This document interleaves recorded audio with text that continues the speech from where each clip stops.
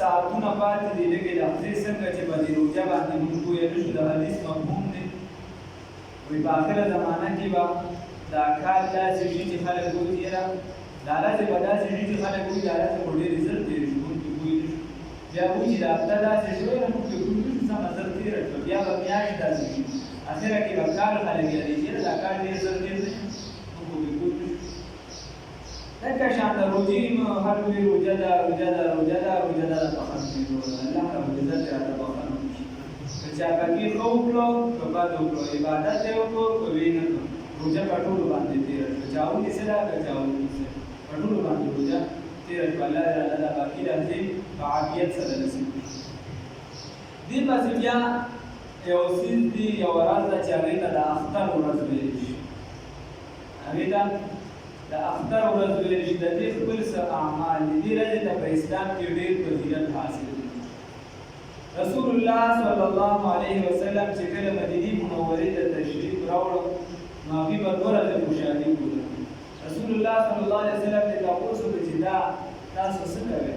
هغې ورته صاحب وایي دا به موږ په جاهلیت کې دا خوشحالي کوله نو هغه خوشحالي ته موږ رسول الله صلی الله علیه وسلم ورته وفرمایل خدای ته دا د دې نه به اوچت ورځو باندې بدلې کړي دوه ورځې دې زه درته ښیم په دغه ورځ باندې خوشحالي کوې دغه ستاسو لپاره اختر ورځ دی یو وړوکی اختر یو غټ اختر اسلام کې دا دوه اخترونه دي د درېیم پکې تصور نشته بیا خوشحالي شته خوشحالۍ به لاره کې باندې راتلی شي لکه اختر پکې نه ورځي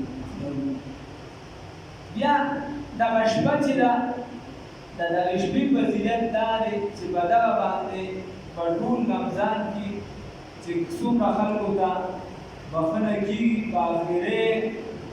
ورځ باندې چې کله دا سپوږمۍ لیدلی شي یا نه شي د دغې سره ګیر چاپېره دا ټول خلک چې راجمع کړي د دې برابر خدای پاک بیا د جهنم نه وباسي په دغه شپه کې ټولو ته بښنه کېږي مطلب دا چې د شپې د یوه لوی اهمیت حاصل دی او دغه شپه رونون عبادت کول دا مستحب دی رسول الله صلی الله علیه وسلم فرمایي د ابو داود شریف حدیث کې چا چې د دواړو اخترونو شپې ژوندی کړي په عبادت سره نو خدای پاک به د ده زړه په هغه ډېر ژوندي وساتي په کومه ورځ چې به ډېر زړونه مړه وي یعنې د قیامت ورځ په هغه ورځ باندې به خدای پاک د ده زړه ژوندي وساتي نو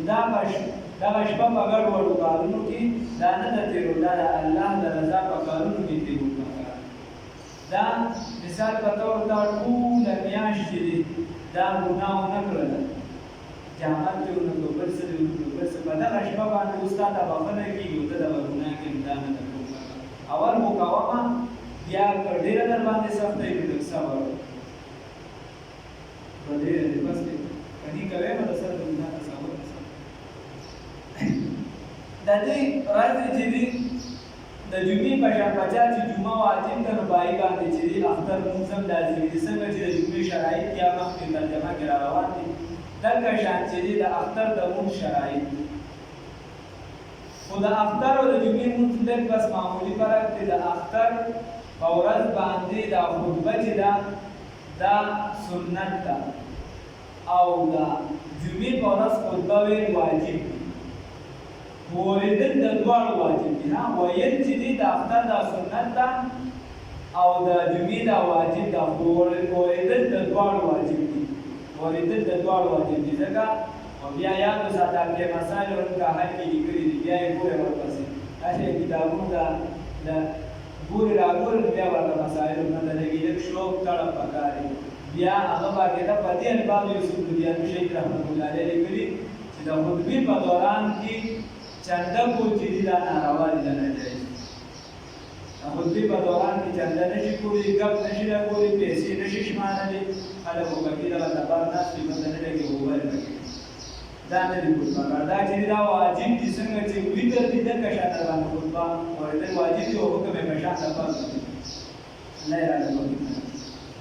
بیا په دې ورځ باندې سنت اعمال دي دیارلس څیزونه دي یو چې دی نو د شریعت مطابق ځان ښکلي کول د شریعت مطابق ځان ښکلي کول هغه ویښتو کې مثال په ډول وینځل دا منګس کول او هغه چې دی تیل ورکول وغیره څومره چې د شریعت حدود دي زنانه او نارینه دواړه غسل کول په دا ورځ باندې دا سنت رسول الله صلی الله علیه وسلم په خپل دا مسواک استعمال کو دا سنت دی په دا ورځ باندې کول لباس اغوستل بالکل تجاوز نه کیږي نوی چې دغه تجاوز کیږي نو هغه پکار دي چې افضل نوی جامې کړي که تجاوز نه کیږي نو بیا د پاکې جامې واچوي چې څومره پاکې وکړي دغه جامې خوشبو لګو عطر لګو ښکلې مزېدار د لس روپو عطر نه چې خپل هم د لس روپو لګي او خلکو به صرف راځي نه صحیح عطر لګو خلکو له وسط نه راځي سم عطر لګو او سپریم لګي نو سم بیا د سهار وختي پاڅېدل چې د چا وس کېږي الله وس ورکړي نو عطر حنا یا مشک یا چې دی دا ګران اولو دغه صحیح عطرونه د استعمالي د ثواب کار د سنتو باندې د استعمالي ذریعه موږ چې بس خلکو باندې چې پیسې وکړو نو په هغې کې پیسو ته نه ګورو په یو څه نوڅه کې نه ګورو خو چې کله د سنتو اعمال د روز حالت کې دا ستا ژوند هم تاسو څوک ملاوېږي دا خوشبویي لګولي هغه ته خوشحالي محسوسېږي په دې ژوند کې ښکلي لباس اغوستل خوشبو لګول سهار وختي پاڅېدل وختي پاڅېدل خاص نه چې ټوله شپه دې په یو څه بل څه رونه کړي بیا سهار نه پاڅېدل د اختر مانځه وختي تلل چې وختي راشي ځان سره ذکر اذکار د ورکوټي اختر مانځه تلونه مخکې څه لږ خوږ شي خوړل چې خوږ څه یې هغه خوړل که ناتګی وي نو بهتره وي که جوړې دې ناتګی وخوړل دا بهتر دی نو څه خوږ څیز خوړل بعد اختر کې به بیا نه خوري بیا مسایل به راشي هغې خپل څه مسایل او شرعي عیدګاه ته تلل کوشش کوئ شرعي عیدګاه دا مطلب چې یو ځای د جنازګاه لپاره خاص شوي یا چې دی لږ د حدودو نه بار وي او یا د عیدګاه لپاره یو ځای خاص شوي نو هغې نه د اختر نوم درلل رسول الله صلی الله علیه وسلم په خپله زندګۍ مبارکه کې د ابوبکر صاحب نه همدا ابو هریره صاحب نه صرف یو روایت دی چې صرف یو پرې لمونځ کوی او که زیات کړي نو د دوه نه به زما خیال دی زیات نه شي چې رسول الله صلی الله علیه وسلم صرف دغه په جومات کې لمونځ کړی د دې نه علاوه رسول الله صلی الله علیه وسلم په جومات کې لمونځ نه کوي سنت طریقه دا چې لمونځ دا په عیدګاه کې وي عیدګاه لپاره څه دا ضروري نه ده عام کوشي میدان ته چې سړي وځي چې لږ د آبادۍ نه بارې دغې کې دې وکړي او دې کې دومره اهتمام رسول الله صلی الله علیه وسلم کړی چې ګوره زنانه ته وایي صحابي ته چې ستا لمونځ په کور کې افضل دی خو د اختر په موقع چې دې زنانو ته وایي تاسو راشئ او چې د کومو زنانو حیض هغه دې راشي یا دې په پرده کې کېږي صرف د مانځه ځای ته چې نه راځي او هغې په دعاګانو کې شرکت کوي چې د کومو زنانو وایي حیض یې هغه هم ځان سره راولئ او په حدیث کې باقاعده ورته راځي ماشومان هم ځان سره راولئ دا د عیدګاه په یو ځای کې یو ځای کې کېږي مانځه ځای ته دې نه راځي خو په یو ځای کې کېږي چې په دعا کې شمولې الله دې چې په کومه لار باندې لاړ شي نو بیا کوشش کوو رسول الله صلی الله علیه وسلم په یو لاره لاړ نو واپس به بیا چې د عیدګاه راته بیا به په بله لار باندې راځي په هغه لار باندې بیا نه راځي نو لار به درست پکار وي هسې نه چې دا ده څوک مخامخ را روان دي ته وایي چې ټول عمر ورسره نه میلاو شوی راځي د اختر او د سره به میلاوېږي د هغه د وجې لار بدله کړي او لو به ورته دغه جوړه کړي نه نه دا میلاوېږي یو بل سره او په لار ټول راتلو کې تکبیر دی الله اکبر الله اکبر لا اله الا الله والله اکبر ولله الحمد دا ویل پکار نو موقع ته کته پکار کوم ځای کې دې ویل چې دې پکار کوم ځای کې رمضان ماسه د ورته اختر په موقع باندې کوم څه ویل شي او بیا په وخت باندې دا مسایل دی دا په دې راځي سنت شو بیا انسان عیدګاه ته راځي کوشش وکړي چې تاسو مشرانو خپل ته ګلاس واچوي دا سنت نور راځي ګوري دا مشرانو کوي دا مشرانو دغه دې دا وایي په اواز سره شي کوي دا چې په دنیا کې خبره وایي په دنیا کې د ټول نه کمزوري څوک دا د دنیا څوک نو دا عوام چې کله دغه شي دای په زړونو کې د سنت او تعالی د سنت راځي ګوري شو بیا تل د غزې د دا پیاده پکار دی سنت دا چې سړی پیاده نه نو چې دا وځي دا چې دی شي او سنت طریقه دا چې سړی دی شي پیاده دی دا اختر د مانځه طریقه دا چې سړی دې که په خپل باندې وای خو خبره ده که نه وای نو موږ نیت دیو کی چې دوه رکعاته واجب مونږ د وړو کې افطار کوم سره د واړو تکبیر یا د شپږو تکبیرونو سره الله اکبر یا نیت نو د زړه د اخلاص څخه چې د وړو د وړو کې افطار واجب مونږ سره د شپږو تکبیرونو خاص خدایا تا د امام پیراګاوی شریف په لورو په دې از امام څخه بګي وې د وې خبره نیت واسه د ضرورت نیت امام چې نیت کوي امام بس په خلکو له وړو دا نیت یا چې کله نیت وتاړي ثناء سبحانك اللهم وبحمدك وتبارك اسمك وتعالى جدك ولا اله غيرك د دې نه پس په درې تکبیر وایي الله اکبر بیا به لاسونه ځوړند دي لاسونه بچي تاړي نه لاسونه به ځوړند دي او دې کې وقفه پکار زر زر په یو سال وایي سبحان الله یا صاحب کې بس واستل پکار بیا ورپسې او بالله بسم الله و امام وي ورپسې با ډاک رکعات یو رکعات شو دویم رکعات کله راپاس بیا چې سورۃ وي ډاک رکعات کی دا هغه نه پس بیا درې دې تکبیر دي کې هم لازم چې دې دا ځوانان دي او دې بلکې په بعد چې کله درې تکبیر وي لازم مو کړی دي چې درې تکبیر وي سره نو تکبیر سره ډایرکټ رکوع ته لږ ډایرکټ با رکوع ته لږ دا د خپل سلام وایي اوس یو بندر کوشش خدا پاکه ما تاسو سنت طریقه ده چې سړی وختي راشي سړی وختي راشي دا تمام کنه چې نه مسائل کا موقع باندې اکثر کار نه لړړي یو انسان دې راغی او ناوام د شریو سبب سره دې کیان کې ودرې ته سبب شروع دي تکبیرونه دي شي دې بازار نظر تر تکبیرونه وي خلاص نه به مونږ دې اگر ایمان دې ګرځي کوي او دې خپل طریقې تکبیرونه برابر مسله یاد ده کوم بل چاته درې پیری باندې خپل تکبیرونه برابر کې اگر چې امام دې ګرځي کوي بیا کدی وي چې دا تکبیر چرته وایم او دا امام رکوع ته دې نه رکوع نه باسي رکعت را نه وځي بیا په ولر تکبیرونه نه وي رکوع ته ښکته شي هغه کې بل اسنه نوم چته او تسبیحات باندې درې درې بدل تسبیحات باندې درې درې بدل الله دې توفیق راکړي سم لکه شان یو کس نه ورو رکعت وشي مثلا دا انسان د زندگی د راشي او سبب څه ذهن کې ساتي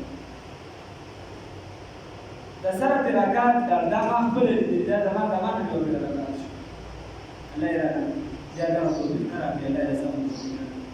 دا خپل دې زموږ ته ودا مثلا باندې ما دا کتلې ودا ذهن کې او بعد خلک بیا ما سره چې کس ولاړ نو هغه داسې ما ته په وسره کوي چې دې په وسره کې سبا او بیا داسې الله رب عزت معلوم دي چې دې کوم داسې او ناشنا شي ګنو دې ته توجه مسله بیا دا چې یو رکعت د شوی تر پاسې دې خاصه مسله دا په عام منځونو کې چې ستاسو به رکعت څخه سره شروع خو دې کې بدل یا بسر کې تکبیرونه نه لري ځکه چې دا ډول تکبیرونه راوځي دا یو صحابي نه دي ثابت روبی رکعت استا خطبه په اخره کې دا تکبیرونه بیا دا تکبیرونه په اخره کې چې کله ډک رکعت دي اخره کې درې تکبیرونه ستاره رکعت بچانا دا منځو شله اختر ده د دې کزان نشته تو بل جمعه ته د توشه په طریقه ته ځان راسي او بچاته د منځو شو د دې کزان نشته الله دې جوړاګر کې توفیق ورکړي یوازې دا منځ کې بل کم ځای کې د اختر مونځ کېږي اصل جومات کې د اشراق نفل وغیره نور نفلونه د دې مونځ نه وړاندې بند دي او د دې نه پس هم بند دي د دې نه مخکې نفل نشي کولی د اختر په ورځ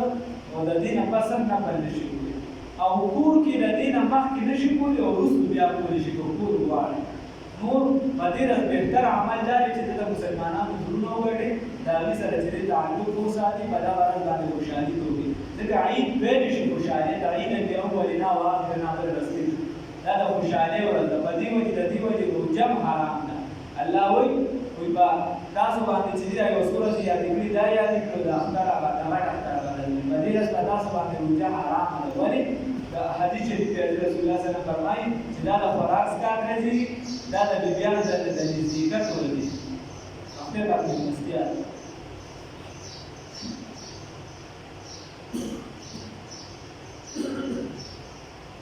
هغه باقي هر مسائل کې ځان په ذهن کې څه خبرې دي Kami kita bagi secara masalah. Allah memberi kebenaran pada sebab sebab di ibadat dan tak tahu sunat ada ki saya pada manzil makhluk itu manzil makhluk saya